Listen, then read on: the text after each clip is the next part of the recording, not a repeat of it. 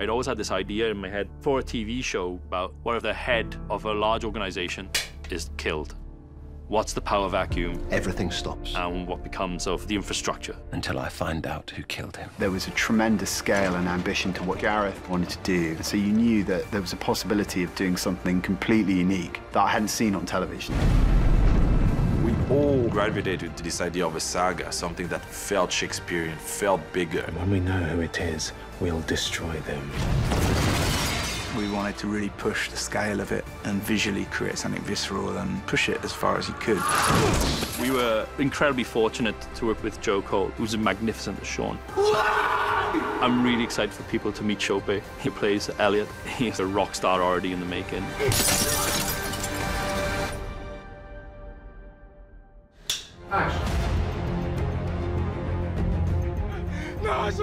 The first time we meet Sean, we have no clue as to what's happened. What else can I do?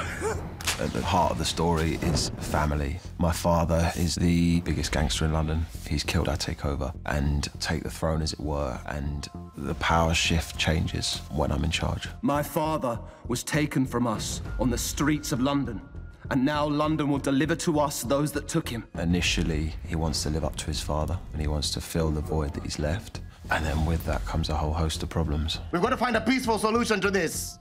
I'm not interested in peace. In the way that we gave Sean a cold opening and an introduction, we did the same with Elliot. And we get to tell this story of the rise of this character who becomes more and more important to a family as the things that he learns on the street ends up helping Sean find out the mystery of who killed Finn Wallace. Elliot's come in at a very low level, so he started by being a street grunt, and he's basically just taken an opportunity. But I've got orders to take you to Sean. So who would you rather talk to, me or him? So it's a combination of opportunity and putting himself in the right position that he's been able to present himself as a useful asset to the Wallace family. What was it? 6 of them? Oh, 8. But I had a dart, so... There are secrets about him that we don't get to know, and the thrill of the show is getting to find out all of those things. Sean Wallace himself, tasking me to find the guy who killed his father. Obviously, action is a big part of the show. The fight scenes are fantastic, you know, they're really magnificent.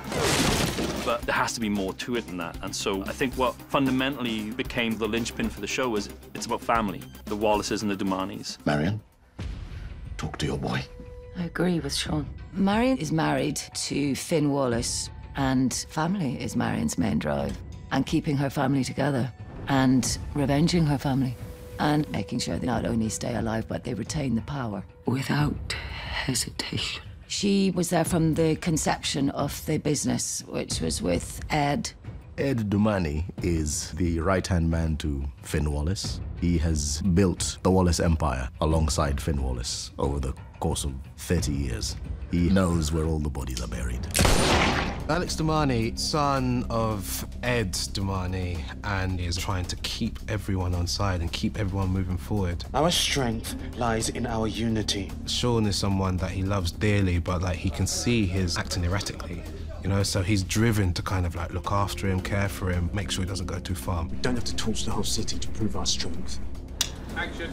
We needed to create this heightened genre-verse, that London would not be London as perhaps the viewer might know it, but it would be a place where a fable about rapacious capitalism could play out in a way that was very fun and fresh and inventive and surprising. So rather than other shows that show crime at a very low street level, we're going in to explore crime on the level of human trafficking, money laundering, arms dealing, importing and exporting drugs, and the suited men and women at the top of the table. What is bad for me is bad for you. It's very much inspired by a mixture of European cinema, Asian action movies, American blockbusters, and melded into something that also feels very British. Go! This was an opportunity to tell a story that could be a novel. It was a 10-hour film in a way. We were taking characters that are larger than life, taking a storyline that's larger than life. We're not trying to make a social commentary. That was never interesting to us. What was interesting to us was a world of cinema. We're born into a certain world.